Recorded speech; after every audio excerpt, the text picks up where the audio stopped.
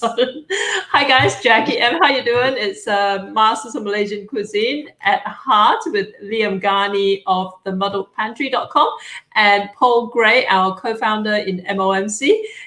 Both of them are in South Africa, and they're back with us today with another cook along, and they are attempting 2 recipes, and apparently they've spent about the last 3 hours prepping for this. And you can blame Paul. One of us has. I blame both of you for not telling me that it was such a strenuous process. All right, so they're doing 2 Malaysian recipes, so double treat for everyone. They're making Acar Awak, which is a pickle, vegetable pickle, and also they're making chicken korma. Guys, before we go on any further, make sure you say hello in the comments. Let us know where you're watching from. Do a hashtag live, watching it live, and hashtag replay if you're watching a replay. And don't forget, as usual, to sign up at malaysianchefs.com/join today, because I'm sure Liam is going to organize the recipes for this, right? See how it goes. All right, that's not very confident. All right, we're going to play a quick clip from Tourism Malaysia. We'll be back in 30 seconds.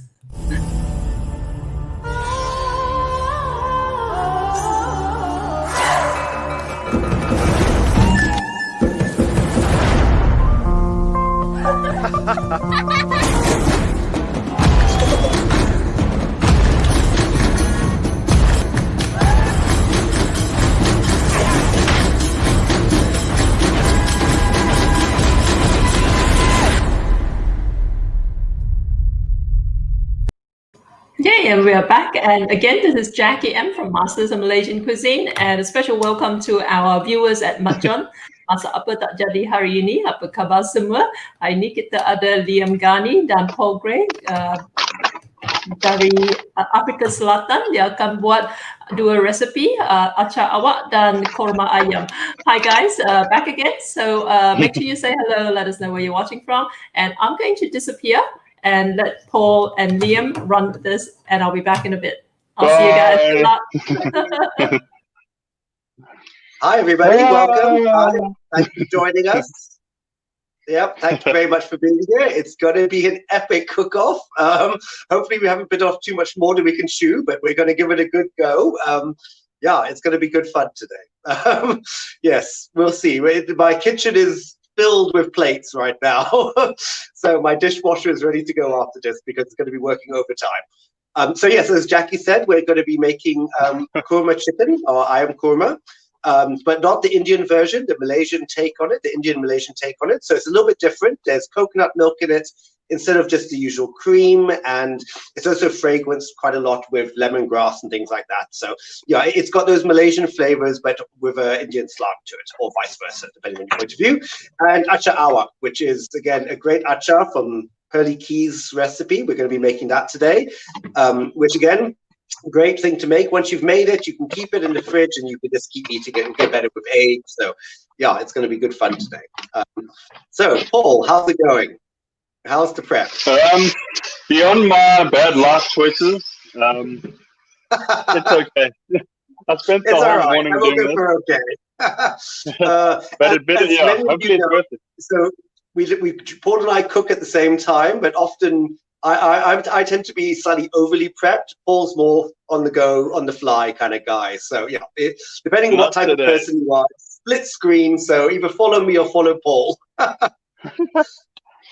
I was gonna say, yeah, if you've got one of those sort of personalities that enjoys everything in little squares and that, watch Liam's. If you want to see the amoeba style shapes of products, this is the side. Follow Paul. The amorphous hand side. So because we're making 2 dishes today, obviously logistics is a thing that you have to take into consideration if you're cooking 2 dishes at the same time. So I suggest what we're going to do is probably start with the korma, because obviously it's chicken and that takes a bit longer to cook. So we'll get that going and then get the achar going after that, because the achar actually is quite a quick recipe. There's just a number of different processes you have to go to. So once the korma is up and going, we can start with the achar. So right, first things first, ingredients. So obviously chicken, we're making a chicken korma. So I've got a whole chicken. I've got a whole chicken that I've cut up into nice little pieces. Again, don't keep the pieces too large because obviously we're cooking it on a short period of time here. We've also got our spices mixtures. So for the spices, which is going to be basically ground together, we've got some candle nuts or macadamias or almonds will do fine. Just make sure if they're almonds that they're skinned. Hey, macadamia is great. How many of those have you eaten before? I can't help myself with macadamias. I was going to say, you tell me how many I've eaten. I would wager about half. Guess what? You're a winner. Hey, thought so. We've also got some chopped garlic. I've got about 5 to 6 cloves of chopped garlic. We've got some ground coriander. Excellent. Ground coriander, some ground cumin, a little bit of ground fennel, and some pepper, white pepper. Or black pepper. Yeah. I'm using white pepper because kormas tend to be very pale, so I'm kind of sticking to as much white kind of flavoring as I can. Aromatics. We've got some ginger. Never mind aromatics. We've got potatoes as well. That's also going in. Not very aromatic. Okay, cool. We've got some lemongrass. Again, I'm not using my quality lemongrass for this because it's actually not going into it. It's really just flavoring the sauce. So I've actually used my ends of it, and you just got to give it a little bit of a bash first, just to release some of that flavor. We've also got some cloves. Facebook user from Malaysia. Hi, hello. And also some cloves and some green cardamom seeds as well. So that's what's going to be fried up with that. But the first thing to do is, hey, excellent. They look slightly healthier than mine, I must say. I've still got mine that I bought when I was in Zanzibar many years ago, and they've lasted me very well. So first thing to do is actually prepare the wet part of this because we want it actually to curdle slightly before we use it. So what we've got is about a tin of coconut milk, regular coconut milk. I'd say mine's also about a tin. I'm not exactly sure if it is. A tin is the usual general amount. 400 mils plus minus is kind of what you're usually looking for. We've also got some some evaporated milk, or ideal milk as it's called sometimes, about half a cup of that. So I'm just going to add that to my coconut milk. Then I've got some ground almonds as well. So the ground almonds will help thicken the sauce a little bit. I've got about 4 tablespoons of that. I'm just going to add that to it. And lastly, to get it to curdle, I've got about juice of 1 lime, which is equivalent to about 2 tablespoons of lime juice. So I've got about the same amount of lime. That's fine. No, go for it. Absolutely go for it. Obviously, fresh is best, but in this sort of cooking situation where you're actually going to be cooking the sauce down, it doesn't actually really matter whether or not it's pre-bought, juiced. And again, limes are quite difficult to get hold of in South Africa outside of the season. So it's always a good thing to have in your cupboard is actually a pre-made bottle of it, a pre-squeezed. So I'm just going to mix that together. You just get a spoon. So we're just going to give that a little bit of a stir. I was going to say, I keep watching the MOMC broadcasts, and they're always using the calamansi limes. And I'm just so jealous. Yeah, I know. It's lime envy. It's a terrible thing. So I've mixed mine up. I'm just going to leave that to one side for the moment. Okay. We'll just wait for Paul to mix all his together before we start the next bit. Check out this fancy little lid. I don't know if you can see in the dark. But it's like... Oh, wow. That is fancy. Yes, I must say, because I opened my tin and it was a bit of a splash disaster. It ended up all over the place. Oh, that's clever. That's almost as clever as having beer bottles that just twist open. Yeah. And I mean, South Africans are very clever with these sorts of things. Surprisingly, we even have perforated cling wrap here, which I know for a fact you don't get in the UK because my mother makes me buy tons of it every time I go home. And genius. Perforated cling wrap. Really? Yeah, genius. Good old South Africans. I mean, we were the same people to invent Prattley Putty and the street light. So Yeah, we got that going. you know what? If we can find a way of making life easier in South Africa, we do. We have there's no shame about it. Yeah.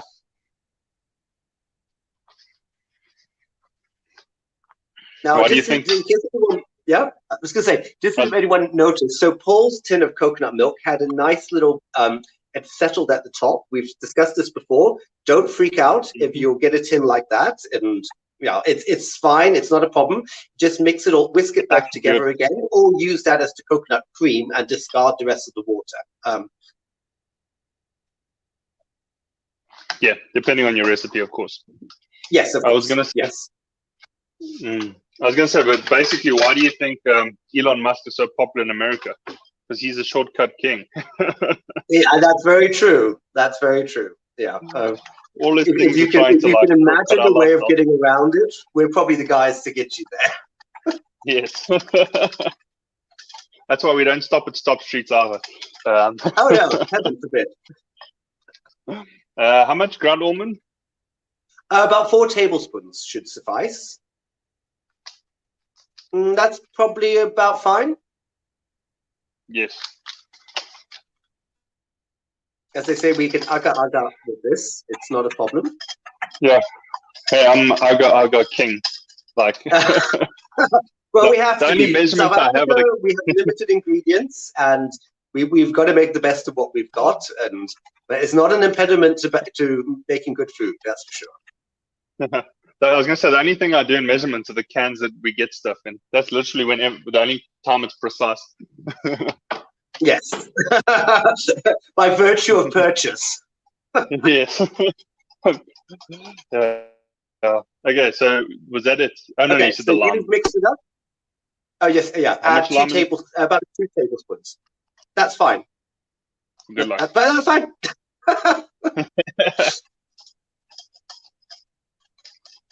Okay, and now what are we up to? Yeah, so we're just going to put that to one side for the moment. So the first thing we're going to do is actually start frying off our aromatics and our onions. So let me just get my first mini ones today. Yep. So, let's get that on. Just turn this over. So you can either use, obviously as an Indian dish, ghee adds a lot of flavor and is a traditional frying agent. You can use plain cooking oil as well. Hi Sid, hi, thanks for joining us. Okay, so let's get that going. So I'm actually using some ghee simply because I had some lying around. You know, that's the one thing I hate about keto coming into existence, is that the price of ghee shot up dramatically. Yes, I know. Isn't it just? I'm afraid everyone it's in crazy. their grand. Yeah. I know. It's like in South Africa at one stage. So banting and keto became a very big thing in South Africa, and butter, for instance, suddenly butter became impossible to get because everyone was putting it in their coffee and doing weird things with it. So for normal people who aren't on such diets, it was a very frustrating time. Thankfully, that fad seems to have sort of ebbed a little bit, so we can get butter again, which is good. So let's just okay. So the good thing about ghee too, so ghee is quite expensive here. It's about 200 Rand for about a box of about that size. The good thing is it keeps forever. Just put it in the fridge, forget about it. It's really not a problem. I mean, I've had ghee that's been around for a while and I've never had any issues with it. So let's just heat that up. Okay. So I'm using about 2 tablespoons of ghee, probably slightly more. I may have overestimated how much ghee I've used, but that's okay. Yeah, I've done the same with vegetable oil. So if anyone, again, doesn't know the difference between ghee and butter is that with ghee, it has been heated up and the milk solids have been removed. So when you cook it, it doesn't burn, unlike butter. So you get a much higher cooking temperature, which again is very beneficial for this type of food. Yeah, you don't get that nutty burnt flavor otherwise. And I also find that sort of the clarification process brings out like a nicer flavor to it. Not that I don't like the flavor of butter. Like, butter's amazing, but yeah. Okay, I have we are definitely going to be too much to do here, so I'm just going to take some of mine out before it melts. I think I was producing a little heart attack korma here. Okay. That's the best So. kind. It's the garlic, the ginger, and the onions that are going in, right? Am I missing anything? Well, actually, that's something we forgot to do. We need to actually just quickly make up the paste as well, which won't take long. So I'm just going to turn my ghee off for a second while we just attend to that. Sorry about that, everybody. So, as I said, these are the spices that we're going to mix together. So we're just going to put them all in a blender. So it's the candle nuts or almonds. It's the ginger, the garlic. Sorry, not the ginger. The coriander, the cumin, the pepper, and the fennel. So we just put all of that into there. Okay, and then just a little splash of water or oil, whichever you prefer, just to help the blaze. Because obviously there's not a lot of stuff that we're trying to blend here. So we're just going to put a little paste. I always suggest, I mean, it depends obviously on your health choices, but always use oil for spice pastes. You should, yeah. I tried water once because you guys mentioned it, and it just didn't work out well. No, it does work much better, I find.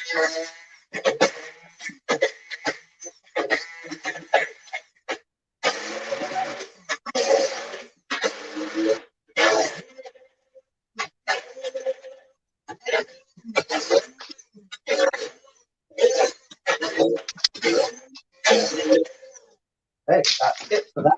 So on that note about oil versus water in terms of your paste. Now, ordinarily, I would normally use oil if I'm making a rumpa.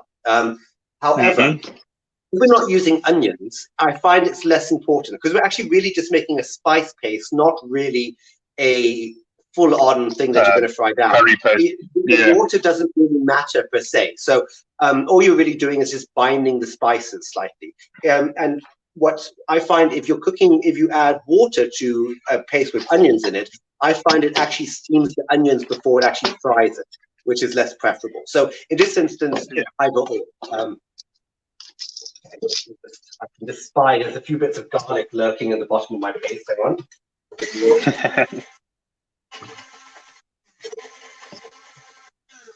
Okay, all of that.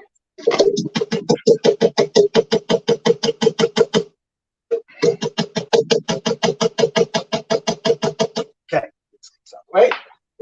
So let me get my. So I'm getting my ghee back on again. We'll follow suit in a second. Yep.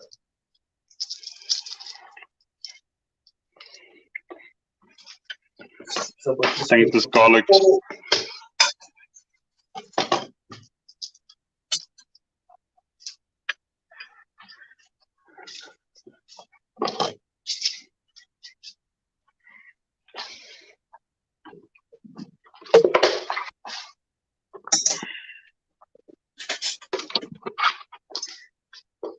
Now, korma is not something I would ordinarily eat. I'm unfortunately lactose intolerant.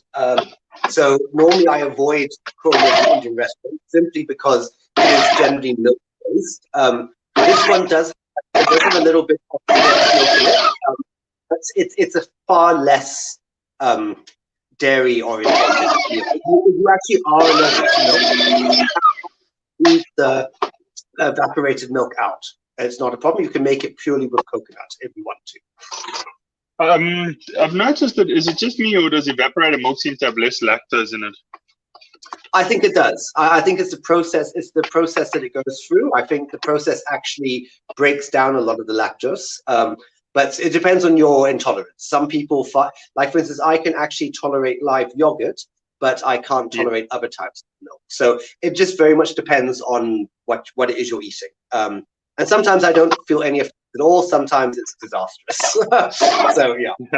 Sometimes I usually eat milk at home. It's not something I eat when I'm out because at least at home I can turn up in bed and cry if it all goes wrong. Yeah, the same with my friend. I'll tell you in a second.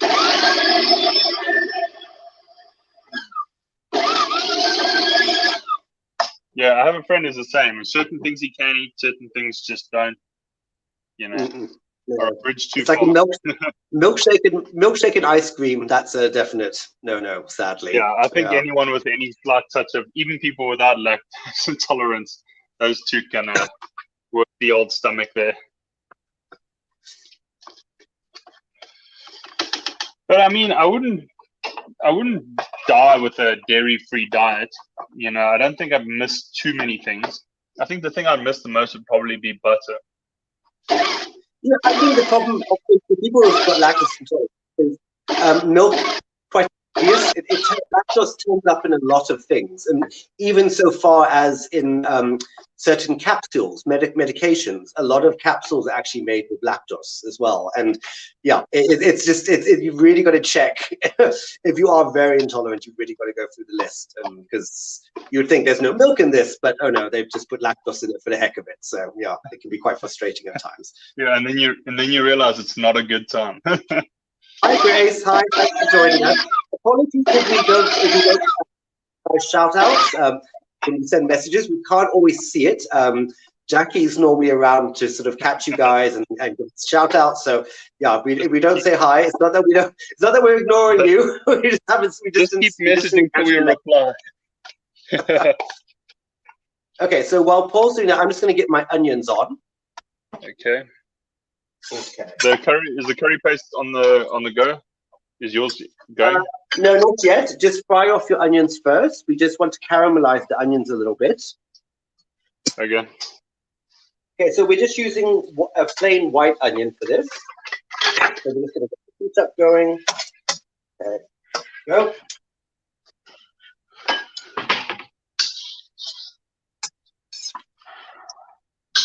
Yeah, I did use shallots for the acar,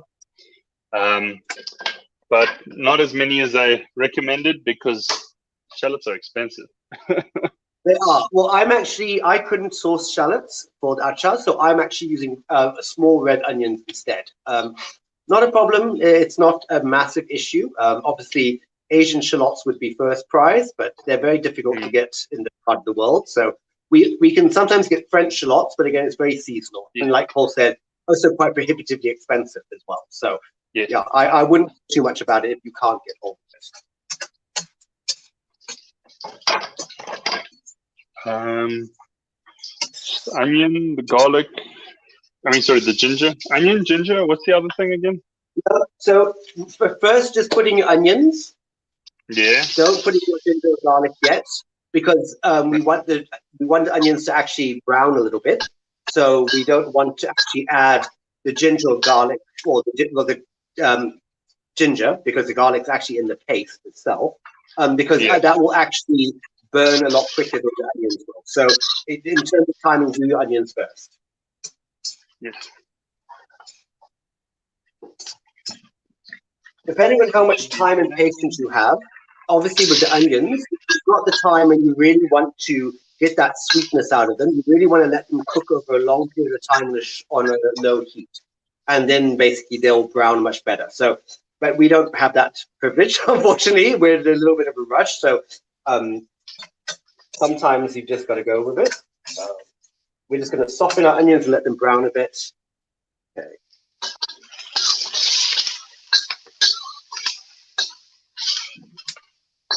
So the big question, Paul, is how many woks do you now have? That's you still have one wok? No, I have the second one. Hey, okay.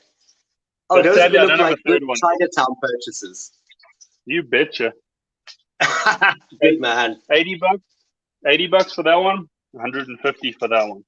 Wow, that's a bargain. Absolute bargain. Yeah, Uncle Roger would be proud. We have no wok. You know? Yeah, poor Jamie. Poor Jamie. Okay, so I'm just going to turn this up a little bit now.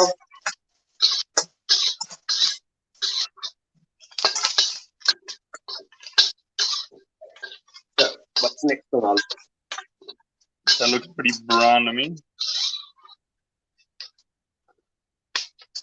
Mine's still away. So once you're happy that they're brown enough, hi Suan, hi, thanks for joining us all the way from Melbourne. Awesome.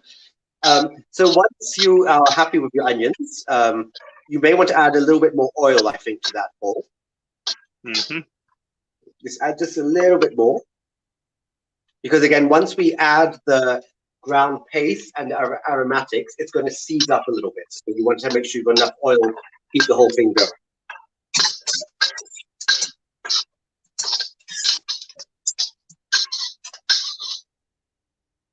Yeah, have you So I'm going to add my aromatics now. So it's the lemongrass, the cumin. Sorry, my apologies. The what are these again? Fennel, cardamom pops. Sorry, too many C spices running around in my brain. Cloves and the ginger. So I'm just going to add those things. I'm just going to give it a few seconds to fry off the ginger before we add the other paste.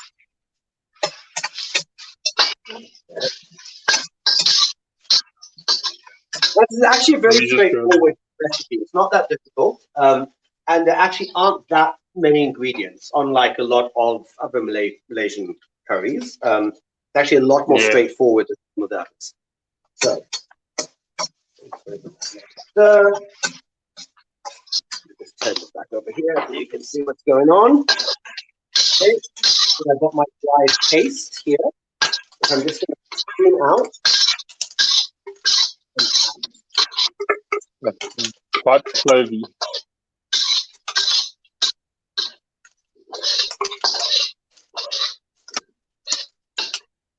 Gonna get every last little bit out of that, right?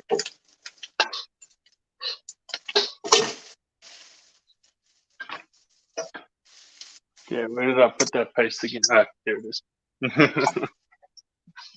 Okay. I think I should have maybe blended it up a little more. It's looking way chunky.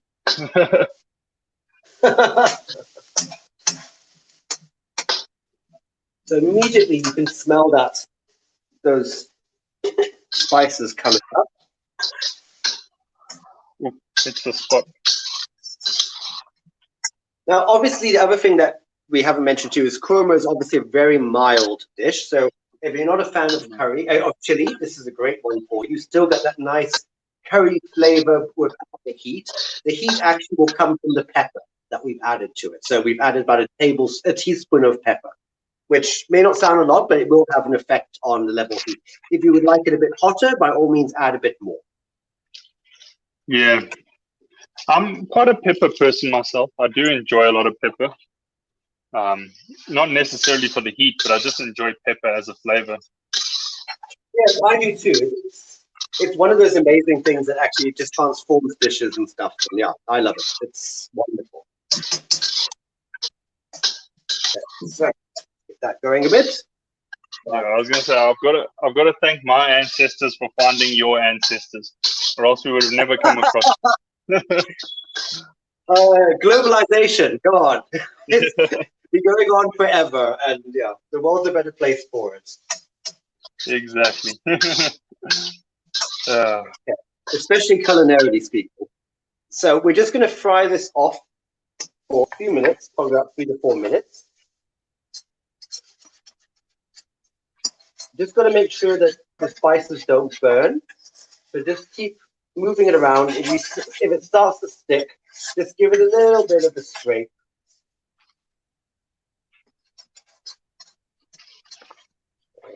Yeah, now I always oil my woks after washing them. So it seems like it helps in terms of preventing stickage. It does. It very much does. In Asia, a lot of times we don't actually really wash our woks, certainly not with soap. You get little brooms that are actually made out of lidis. I don't know how to describe it, but like little bits. They're like little brooms about that length, and you pour hot boiling water in it. Use that just to scrape anything that's on it, and you pour it out. That's it, and oil it afterwards. Or you could use the old South African tradition. Oh no, no! That is not to touch your wok. I was gonna say you'll I was chase just me gonna out. say, it pains me when someone says, "Oh, let me do the dishes for you," and I'm like, "Please don't touch my woks," because invariably, like, it's really, really black. Let's just scrub it all off, and it's like, "Oh no!" That's years of hard work that you just destroy. I was gonna say the worst is when you have like an AMC or a those like stainless steel type of pans. Oh yes, very popular. Someone pulls something like that up, and you're just like, no. No, please don't. It's nice and shiny. Don't. They're definitely not. I was gonna say the only thing that cleans it is elbow grease. Yeah. So now that our spices are frying off, I'm going to add the chicken. I'll just lost you there. So I'm just going to add the chicken to my wok. Okay. And along with that, I'm going to add about a teaspoon of salt as well. Just put that over. So before I add so we're going to add the coconut mixture as well. But before I do that, we're just going to give it a little bit of a stir, just so that the chicken can actually get coated in the spice mix. How much chicken are you using? Basically the whole chicken? I'm basically using a whole chicken, yes. Okay. I'm just going to stick to these 8 thighs and drummies I got going here.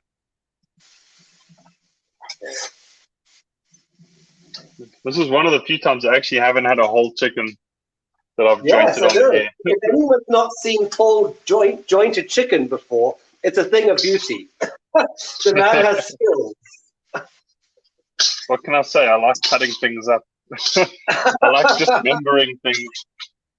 There is something very satisfying about jointing a chicken, though, it has to be said. It's I don't know what it is. It's just knowing where all the bits are, and I love doing it as well. One of the few jobs I don't mind. In fact, I actually had more of an issue cutting up the pineapple than I did the chicken. The pineapple wheat, which was going in the Acar Awak. I'm not a fan of touching fruit. Juicy fruit freaks me out a bit. Yeah. Your privilege is showing. Okay, so now I'm going to add in the coconut mixture. Give it a bit of a stir again, just to make sure if anything's actually stuck to the bottom.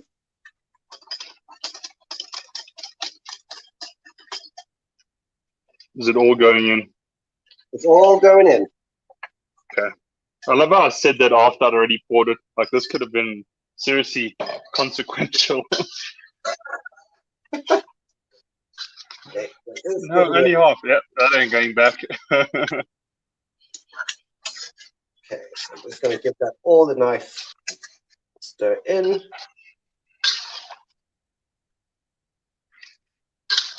Yeah, this is also a time that calls for some elbow grease.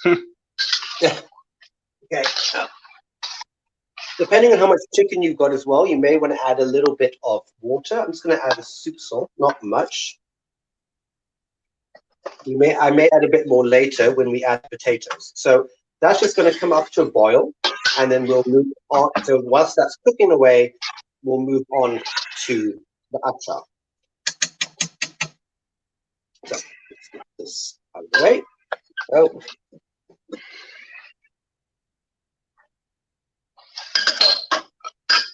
Back we go. Okay. So we're going to let this simmer away until it reduces down, and also the chicken cooks through as well.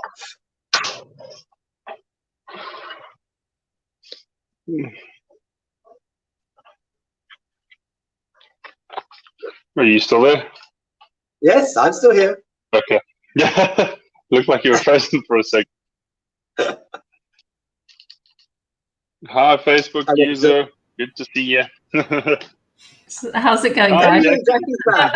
I just want to give some shout outs to some people, because obviously you guys are not able to see all the comments. So Azliza, how you doing? Zaleha from Bristol, great to have you. We've got a number of viewers from Malaysia, I think courtesy of Masak Apa Tak Jadi hari ini. Apa khabar semua? We have Engkun from Wollongong who's tuned in.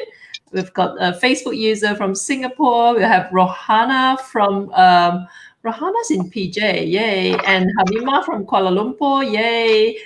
Sid, obviously you did give Sid a shout out. And Halima from Selangor, and we've got Grace from the UK, which you also gave a shout out to. Adeline, yay, from Singapore. And then we have Sue-Ann, of course, from Melbourne. So how are you guys going? Look at those chunks of vegetables. What are those? Yeah, these. So yeah. Turnips. Oh, see, I'm okay, they're pretty hefty chunks, I have to say. They are pretty hefty. They said 2 centimeter chunks, so I went with 2 centimeter chunks. Okay, let's have a look at what Liam's my acar. Wow. I even have a ruler to prove it. So there are 2 parts to this. So the first are the vegetables that we're going to scald. So the harder vegetables, which we're going to scald a couple of times just to break them down a bit, but not actually lose to crunch. And the rest of the softer vegetables, which will be fried in when we do the other bits. Paul is being shopping. I can see. Wow. Someone has raided Chinatown. P.S. If you go to Joburg Chinatown, sorry if everything's out of stock. Yeah, you know where to find them. Yeah, exactly. Paul's house. Yeah. Don't forget, guys, everyone, if you've got any questions at all, hit up these guys. And just a shout out to Pearly Key. I believe the guys are using Pearly Key, our MOMC Nyonya Penang chef, her recipe for Acar Awak. And more Malaysians tuning in. Don't forget again, guys, to sign up at malaysianchefs.com/join today.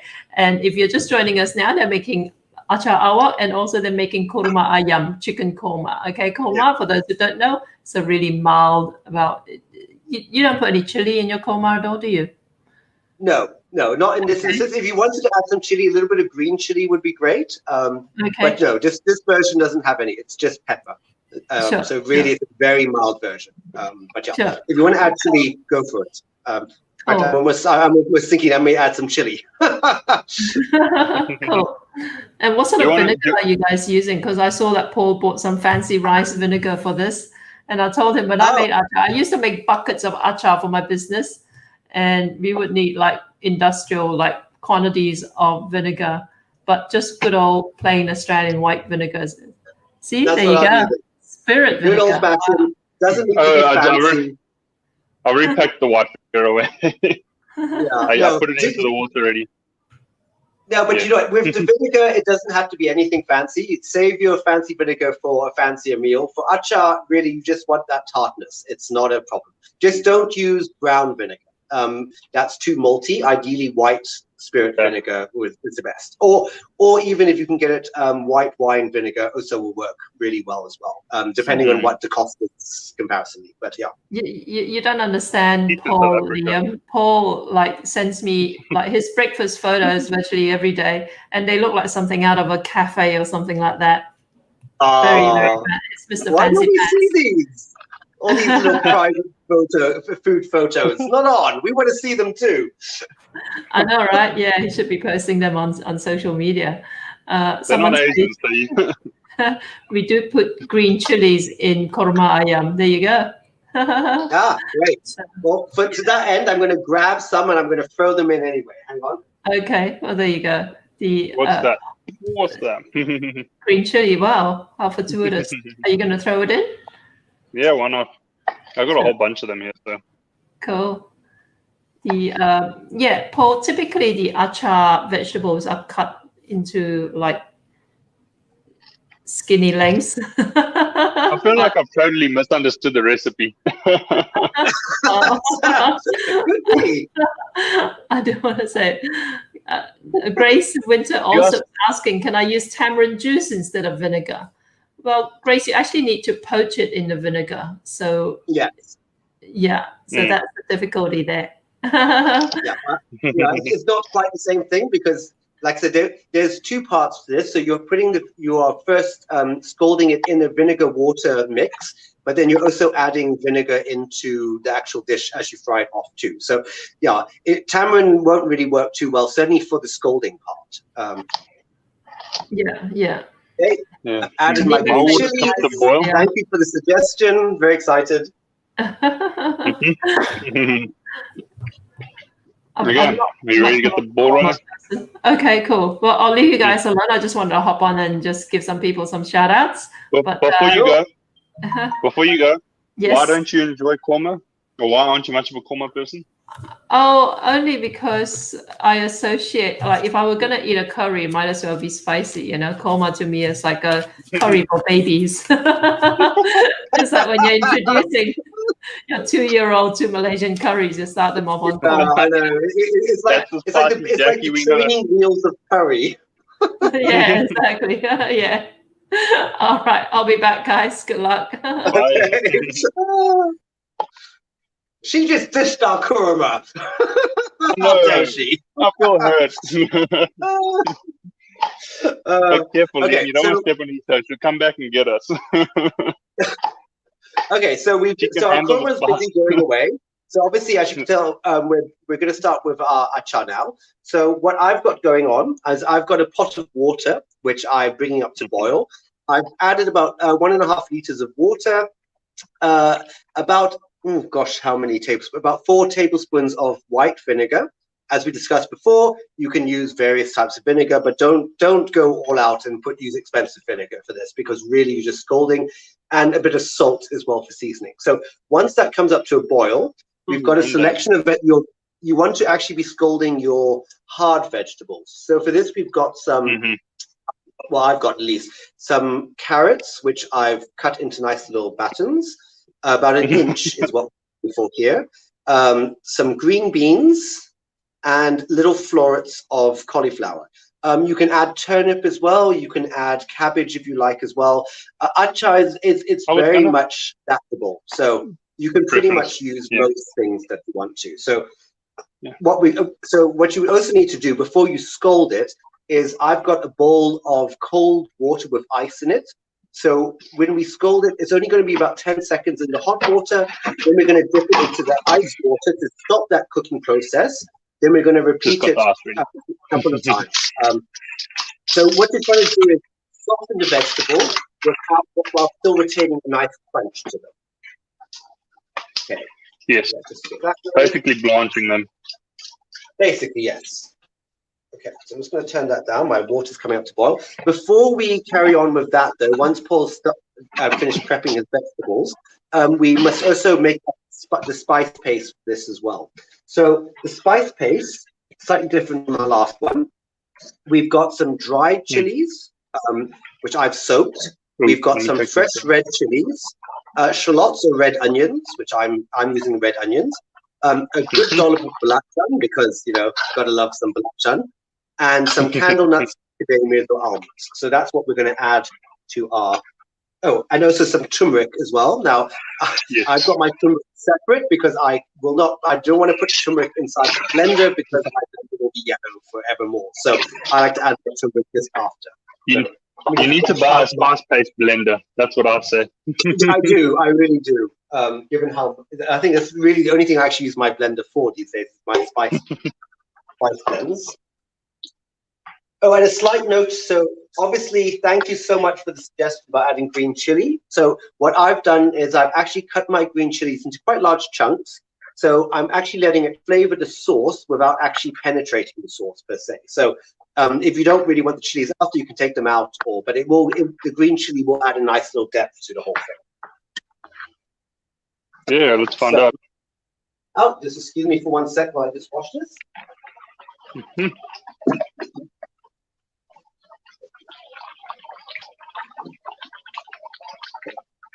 When are you adding your potatoes to the korma? I suggest probably in about 10 minutes time. Okay. It depends on how you've cut your potatoes. You're welcome to add it earlier if you think your potatoes may take longer to cook through. Many a curry meal has been delayed because of very stubborn potatoes that won't cook. So if you're nervous about that, by all means, add it sooner rather than later. Yeah. How many dried chilies are you adding in? I've got about 4 dried chilies. Okay, then I'm doing 6 because I can handle the heat. Okay. Right, so I'm just going to chop up my chilies. Now, if you would like to deseed your fresh chilies, you can as well. If you're not inclined, don't worry about it. I do recommend, however, that you do try to shake out as much of the dried chili seeds as you can. If you've ever wondered what hypermasculinity looks like, there it is. I say nothing. As a Malaysian, we all know the consequence of too much chili. But we're in polite company, so we shan't discuss such things too much. Okay, so I've got my chilies in here. And like I said, I'm going to add my red onions, my belacan, and my buah keras. So if anyone's wondering what the buah keras is for, it's a thickening agent, basically. So that's why it doesn't add flavor per se. So that's why it is adaptable. You can use other things, or you could just leave it out. If you're allergic to nuts, just don't use it. It's not a problem. But it does bind sauces and also the chili paste, the paste. So I'm going to add about a tablespoon of oil to this as well. Now, again, as I said before, I'm using oil because I've got onions involved. Otherwise, unlike before, I use water. So yeah, I'm using the shallots for the frying up itself. So I'm not going to be using them in the paste. Instead, I'm just going to use a brown onion. Okay. So yeah. Let's see. If any of you ever get Purdy's cookbook or follow one of her recipes, you'll find that a lot of times it seems like she uses a lot of shallots, but it's also because she is frying her own deep fried shallots as a garnish. So it's actually not as much as it seems. And if you can buy those shallots, it makes it much easier. They are generally available. In South Africa, we get an onion version. But yeah, it does add a nice step to the flavor of the dish. So I'm just going to, excuse me while I just blend this up.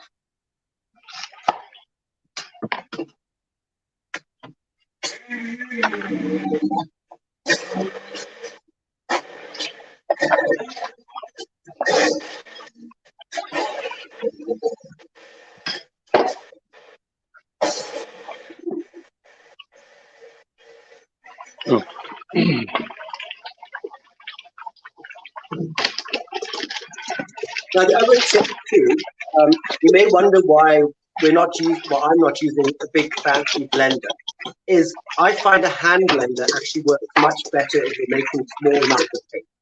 Because most processes of blend or mixers tend to be, the bowl tends to be too large and the blades will push everything out to the top. If you're using a stick blender, it's easier actually to push along the side of the bowl and actually get everything blended much quicker. Otherwise, it tends to chop too finely instead of pulverize. If you can get your hands on a nice little mini blender, that's first prize, of course. Okay. Oh, I've got my paste already. So the next thing I'm going to do once Paul's ready is we need to blanch our vegetables. So I don't know if Paul's got his stuff ready yet. Almost there, just give me 1 minute. I haven't added my turmeric yet, by the way, to my paste.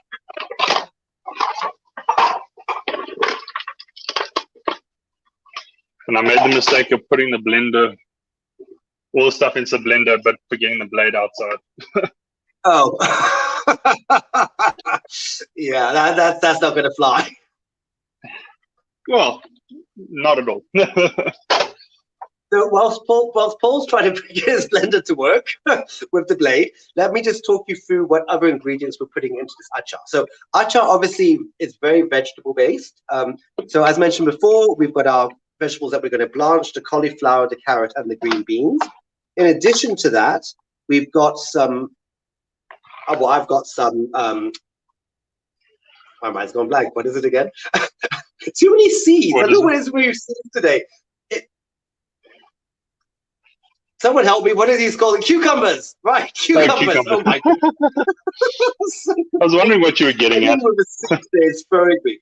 Okay, cucumbers. We've got some pineapple, some red and green chilies, de-seeded and just cut into little strips, and some shallots or red onions. So those are the other vegetables we're going to be adding to it. In addition to that, too, to add a little bit of body and texture to it, we've also got a selection of garnishes, half of which will be added and the rest on top. So we've got some deep fried shallots. We've also got some toasted sesame seeds, a little bit of deep fried garlic, which is I've just crushed slightly. If you can't get hold of that, don't worry about that too much. And some plain roasted peanuts, which I've also crushed a little bit as well. So that will be added in. Okay, and so korma update. Let's see how that's going on. Okay, so you can see it's taken on a bit more color to it now as it reduces down. So just give it a nice little stir occasionally. Just move your chicken pieces around, especially if they're bone pieces, because obviously with your wok, a lot of the time it's only really cooking in the center, not necessarily on the side. So if you want to cook your chicken, just make sure you just shift stuff around now and again, just to give it all a little bit of direct heat. Okay, spice paste ready. All right. Okay, so first thing to do, blanch the vegetables before we do the spice paste. Before we cook the spice paste. Okay. I'm just going to tilt this up because honestly, like, yeah. Maybe you should have you given your korma a little bit of a stir? Yeah, I just did as I was walking past. Good. Actually, let me do it for the camera. Yes, everyone wants to see you do it. Nope. Oh, I think your heat's on too high. It's reducing down too. What does yours look like? Mine has a lot more sauce in it at this point. So, and I'm on a slow, steady simmer. So, if you want to do a comparison with everybody, that's what mine currently is doing.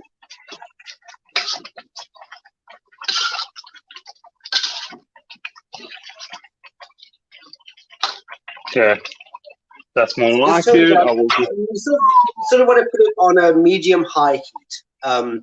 Yeah, so I've got a medium burner, just slightly above the minimum. Yeah, I'll put it onto medium now, so it should be good. Yeah. Okay. Okay. So while Paul's doing that, I'm going to start blanching my vegetables. So here's my pot of boiling water that's been simmering away. So let me just move everything out the way because we're going to be doing this a couple of times. So you want to get yourself a slotted sieve to help get the vegetables in and out again. So I'm just going to add those, and we're going to count to 10. 1, 2, 3, 4, 5. Do you want to know something awkward? 6, yes. 7. Doesn't fit. It doesn't fit. No. Oh, that's always the joke of these things. I bought one of those things 2 years ago. It was beautiful, but it was too large. So I just use mine as decoration these days. Okay, so my veggies, I've just put in for about 10 seconds. I'm just going to scoop them out and drop them into some cold ice water. Okay.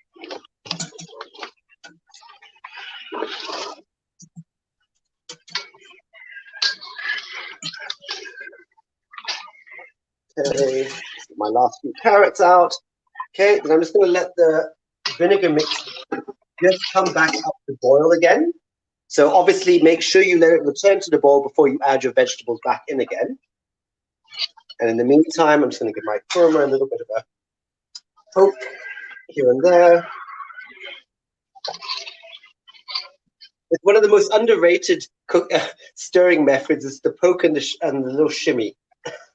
Yeah, the shimmy. A little bit of a shimmy, just to loosen up anything that's to the bottom. Where the flavor's at. Yeah. We won't talk about the fact I just managed to splash korma juice all over my cooker, but yeah. Yeah, we just quietly just tidy. Yeah, if you're not quietly tidying up, are you even cooking live? Or I'm telling people that I've done it. Okay, so I'm going to add my vegetables back again now that it's returned to a boil. Okay, get all those lovely vegetables back in again. Do your carrots sink and the rest float? Yes, they do, because the carrots are denser. So yes, Yeah. they will. I assumed turnips were pretty dense, but I guess not. Oh, you've got turnips too. Well, turnips and carrots would be about in the same, but certainly the carrots more so. Well, you tell me with that floatiness. Look at that thing. Having a yeah, they swim really there. are. Okay. So I'm actually going to, by the way, whilst we're doing this, I'm going to add my potatoes, which I actually should have done a bit earlier. Yeah. So add those in. I'm actually just going to bring it up to the boil slightly more, just to get the potatoes cooked. So I'm actually just going to add the potatoes more to the center of the wok, just because the time, that's, as I said before, is where most of the heat is coming up. So just for expediency, I'm just going to try to cook mine that way. Then I'm just going to take my vegetables out again. Scoop them all out.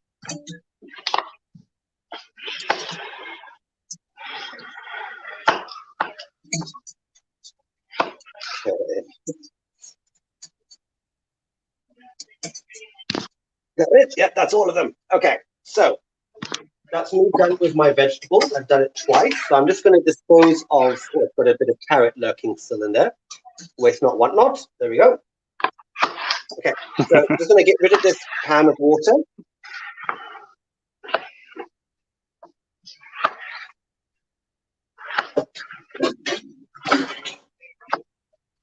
Okay.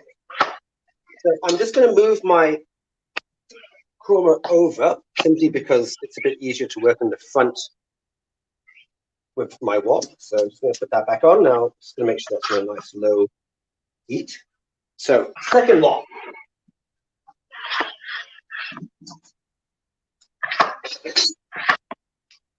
So we're going to add, first thing we're going to do is we're going to add about, let's say about 4 tablespoons of oil.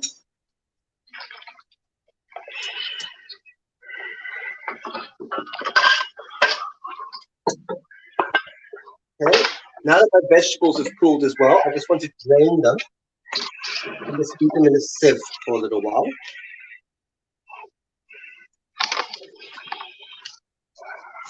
I need to do a quick swap around since I only have 2 woks.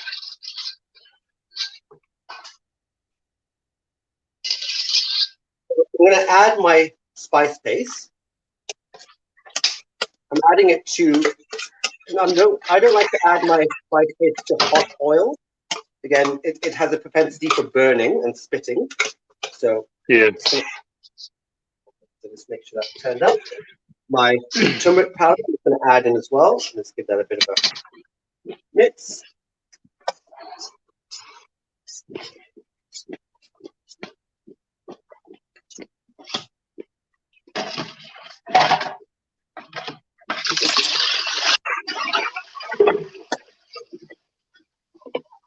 Now I'm having to watch my korma quite closely because due to space confines, I've had to put it on my high pressure burner.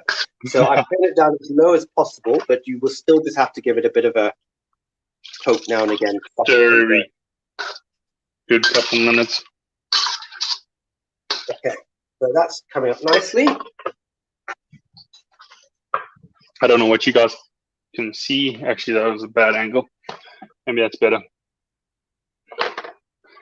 It's very avant-garde.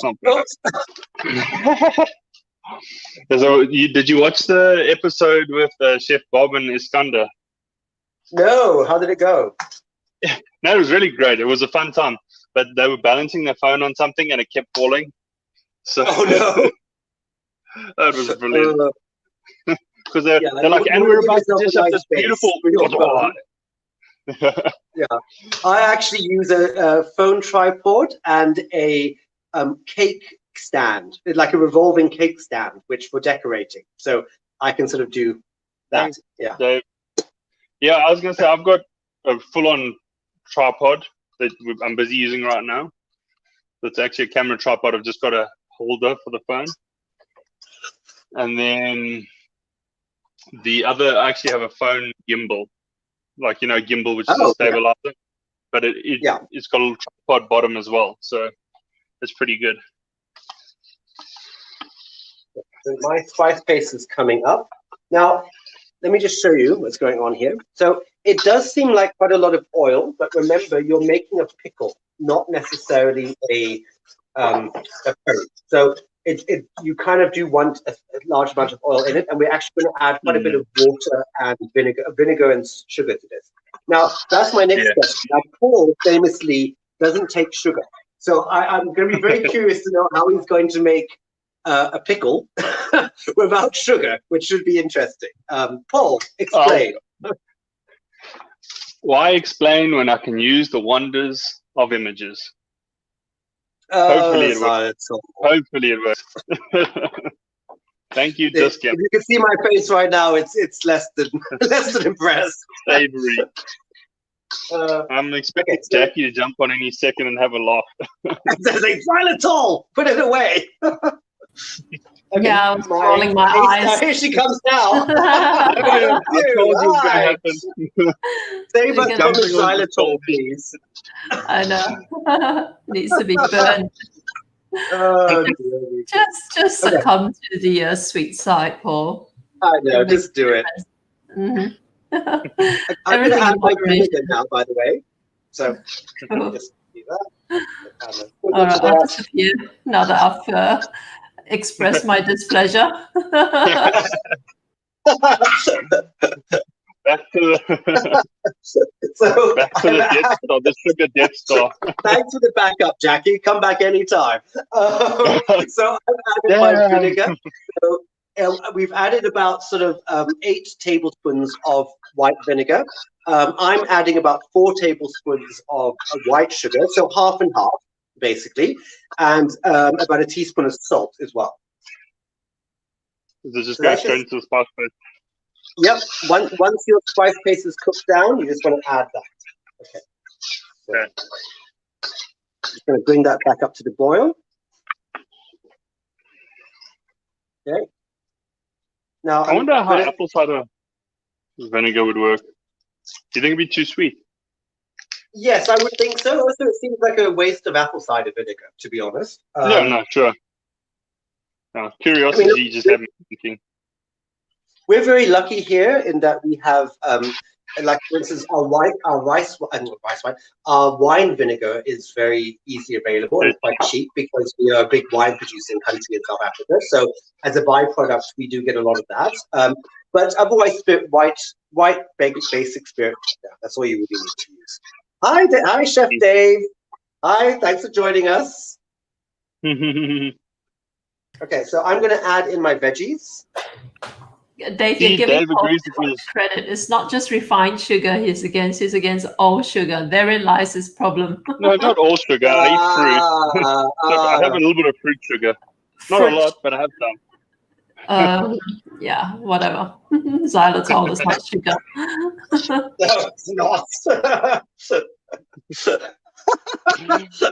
I like how Jackie's just swinging in to dish your sugar hating. That's literally it. Most times you get shamed for using sugar, but not on this show. Okay, so I'm going to add, so I've added in my blanched vegetables. Now I'm going to add in my other prepared vegetables as well. So, okay, let me do the same. Okay. I feel like this is a lot of vegetable. It is, but bear in mind, it is good. This is not something you're going to eat all at once. You're going to keep it. What? I mean, sorry, what? I know it seems like a lot of vegetables to me too, but at the end of the day, this is not something you're going to be eating a lot of. It's really something that you're just going to keep and use as a little condiment on the side. Yeah. So up. Those are my veggies ready to go. Okay, hold on. I need to put all the other veggies. And because I misunderstood, I need to cut up the cucumber. Yes, you do. Doesn't need everything under natural sugar exists already. So you just need even they're trying. All you need to do is take the seeds out. So best thing to do if you want to de-seed it, there are two ways. Cut it straight down the middle. Yeah, precisely. Like that. So what I would suggest, you cut it not on the crescent moon side, cut it on the short side into little battens. So like that? Yes. No, not like that, the other way around. That's what I was going to do, and then you had me confused for a second. Okay, so like I've never seen people cut the little circles. You can. It depends on what you're doing with it. I think with this, simply because the other vegetables are all cut into battens, it's best to just follow that style cutting approach. Okay, so, this is the best part. Just going to have a good sniff. Hang on. Oh, it smells so good. Okay. So what we're trying to do is we just want to reduce that. So obviously the par-cooked vegetables I've already cooked through, well, mostly, and the other vegetables are soft. So we don't want to overcook them, but we do want to reduce the liquid down a little bit. So what I'm going to do is I'm going to do a little switcheroo and move my korma back over that way, and then whack that up a bit higher. Okay. So now then, let's see what else we've got going. Okay.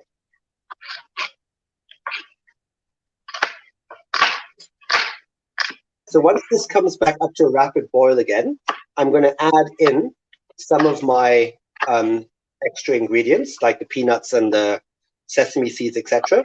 Like I said, we're only going to add about half of it. The rest will be added on top of the actual dish when we're going to serve it. But I mean, if you do want to just add them all in, by all means do.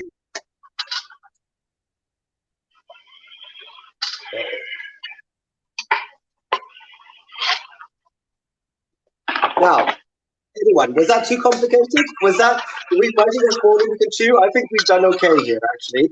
I'm a little worried about my potatoes. I'm not so sure. I may have to fish out my potatoes because I have this for lunch, but I'm not so sure they've actually been cooked in time.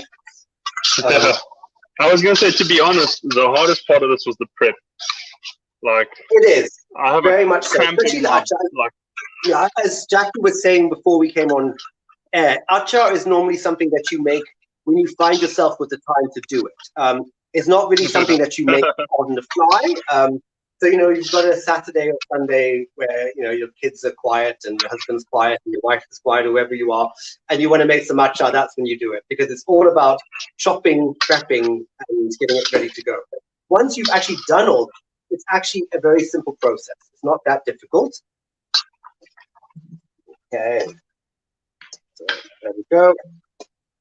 Now, you see, with achar, we want to reduce the sauce down to it almost to a sticking level, like a coating level, a coating point. So it needs to, it does need to reduce down. Yeah. Okay. So Dave, ever the master of these things, Dave, Chef Dave, who's our vegan chef, who's the most amazing vegan chef, uses dates and pineapple, which we are using some pineapple. So that does actually help with the sweetness if you're not eating sugar like Paul. But dates are a great option, just to add that sweetness to counteract the vinegar. Now, obviously, the vinegar is needed, just in case anyone says, can I leave the vinegar out?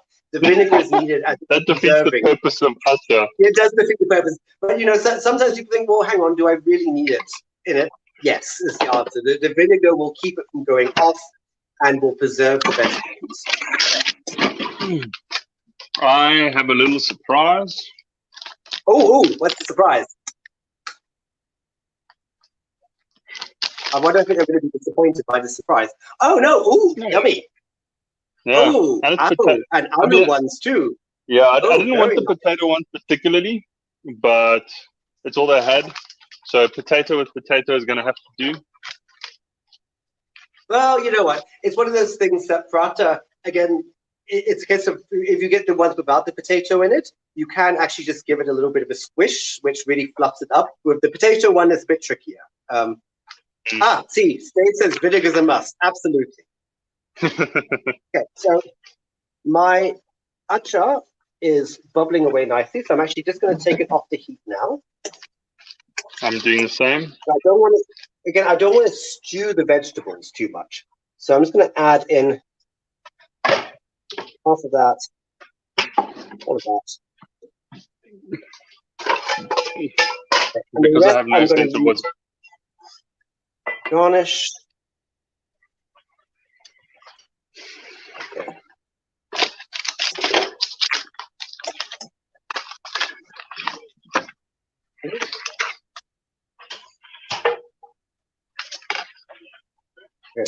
I think mine could just do with just a little few seconds longer in the heat.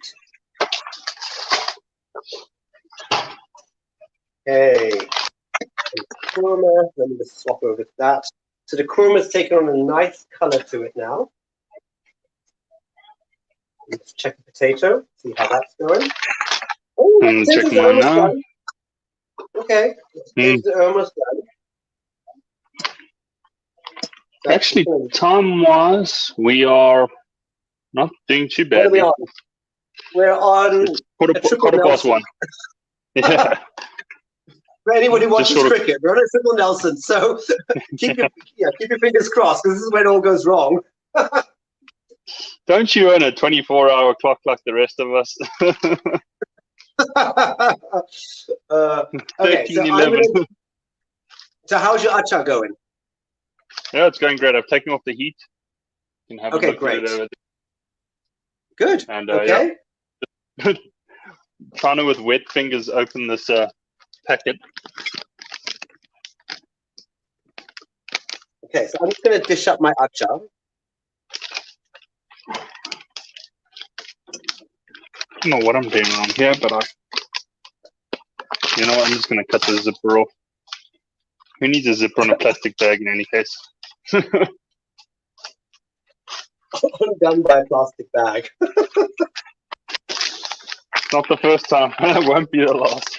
That won't be the last time, I'm sure. Okay, so.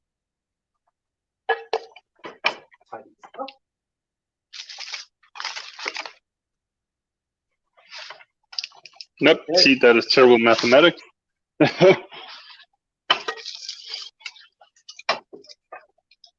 Okay. Yeah, we better eat fast because my phone is on 14% battery. Oh no! Okay, pressure's on. Actually, I think mine is too. Actually. Okay, let's just get this on.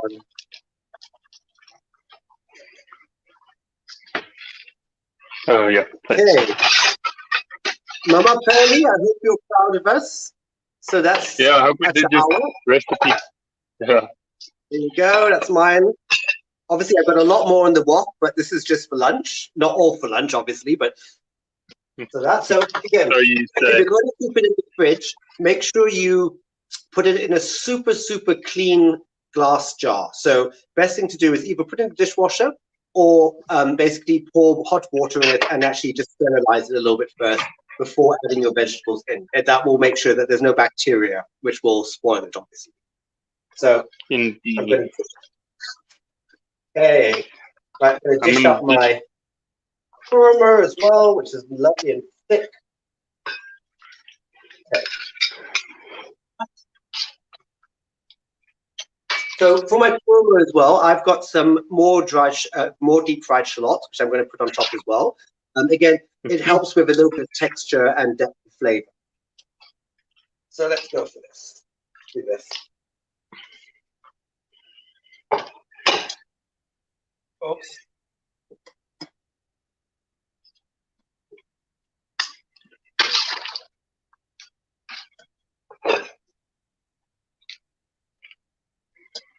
But I do agree with, even with the green chilies, this is definitely a wussy curry.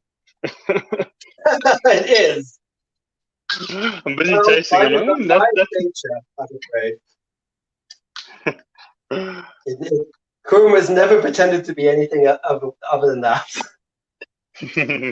Did you put chicken powder in it, Paul? Hey, you're back. Did you put chicken powder in it? I did not. No. I'm surprised I didn't. Not on my watch, he didn't. Therein lies your problem. And all else fails, use chicken powder. Exactly. Trust me, it works. Actually, funny enough, I had a recipe that I needed chicken powder for the other day, and I have got a packet. And it was a bit time. I couldn't find it in time. I was so annoyed with myself. I don't know what I've done with it. It's lurking somewhere, but wanted that chicken powder so badly. You should keep it safe. How can you lose it? That's like losing a loved one. In this rental kitchen, quite easily, trust me, at the moment. Unfortunately, because I'm in a rental and this kitchen's very small, half of my ingredients are in the kitchen. The other are in the guest bedroom cupboards. Oh, bummer. So I'm constantly having to search for things. I never know where I've put anything. Okay. Where you... on, and she says it looks really good. Liam, your mom, Pat, says it looks really thanks, good. Mom. And Rose says, nice with tomato rice. I'm assuming she means the korma. Good idea. That would be yummy. Okay, so I've got my korma ready to go. Let's have a look. Right. Nice. Sure. Cool. Decent. Jackie's like, it's korma. Yeah. Yeah, it's like, eat it already. You know how Liam was going to Paul about how acar is meant to be something that you store and you eat like every now and then. He's going to finish that off like in a day and a half. I think he is. He really is. That's my little acar. You guys give me too much credit. It's going to take a day. Yeah, exactly. I was giving you a bit of credit. I'm just gonna just to ruin the magic. This is the kitchen situation as it stands. There's a dishwasher with my name on it right now. Yeah, well, at least you have a dishwasher. Yes, true. Very true. Very grateful for it. I have a dishwasher too. Its name is Paul. You know. Apparently, that particular dishwasher apparently has no problem with leaving his dishes sitting around for half a week. Oh, that is not true. That is not true. Every day. I still remember that time you told me you were washing dishes, Paul. That accumulating all week. I've never accumulated dishes all week. If I didn't have a dishwasher, I'd be the same. So don't feel too bad, Paul. Okay. I won't. Rose is asking whether you added some fried onions. I did. Yes, I added some deep fried shallots to the top. So that also that's gone on top of the korma and also on top of the Acar Awak as well. Cool. Yeah, it just adds a nice smoky flavor to it, and gives the korma a little bit more depth, because that's the one thing a lot of people complain about korma is it is very innocuous and quite plain. So adding that to and also a little bit of texture. You can see it on mine, right? Yeah, nice, awesome. Nice. I hope you guys watching learn to appreciate the effort that goes into making acar. I used to make them in like this brat pan that takes 80 liters. Can you imagine 80-liter capacity of acar? Wow. Imagine all the vegetable that gets chopped up. Yeah. That's a lot. What was that? What was that? That's the very paratha. Limp-looking paratha that just went flying by the screen. It's about to get eaten paratha. That's what it is. Oh, okay, right. Take a photo, Paul. I'm about to now. Cool. All right. So all done? That's it. Maybe. That's it. That's our epic cook-off. Done. Cook along. Sorry, not cook-off. Cook along. Anyone else? We're on friendly terms at the moment, so it's a cook along, not a cook off. Yeah. Now, do you want to quickly taste the food, Paul? I've been eating it while I go, and I've got 5% battery, so let's do this quick. Okay, cool. Okay, and also, if anyone has not seen us before, I don't get to taste my food yet. So. Oh, speaking of phones, don't get me started on Telstra. For those of you who know my history with my checkered history with Telstra. Is there another? I got a phone call from them today. They said, they wanted to help me really to, come up with the best configuration of my phone plans and stuff like that. And they noticed my mobile phone plan was running out of the 2-year contract sort of thing. And I felt like you're really so stupid. They offered me my current plan. They said, Jackie, I want you to take out a piece of paper and just draw a line down the middle and write old and new side by side, because I want you to do a comparison between what your current plan is and what I'm going to offer you. And he said, your current plan, you've got this phone and it's 2 years old, right? So that's all the negative stuff. I was thinking, well, you're talking to me like as though you're trying to do this hard sell thing. And at some point, you know what he was offering? Because I've got a Samsung Note 9, 128 gigs data, and a data plan at 120 gig of data per month for a particular price point. So I can offer you this other Samsung phone, and I just quickly Googled it, and that phone is half the price of my Note 9. It's a year old. It was, so even though my current phone is 2 years old, this one's barely much better. And he's giving me, instead of 120 gigs, he's giving me 40 gigs for that's not worth it. $1 more than what I'm currently paying. He said, isn't that such a wonderful plan? Yes, and he added the patronization in for free as well. And no cost. And that's the best price I can do for you. Especially picked it for you, and I'll throw in a free tablet, a Samsung tablet. I don't need a freaking free tablet. I've got 3 tablets sitting around, and it's a really low spec tablet, But anyway, I'm so offended. Yeah, my battery. I am offended. Okay, my battery's going. Okay, my battery's going. So behind the scenes the whole time going, Telstar. I know. All right, guys. Bye, everybody. Thank you so much for joining us, and we're gonna bump Thank out you this. so much, everybody. Elijah. Ciao.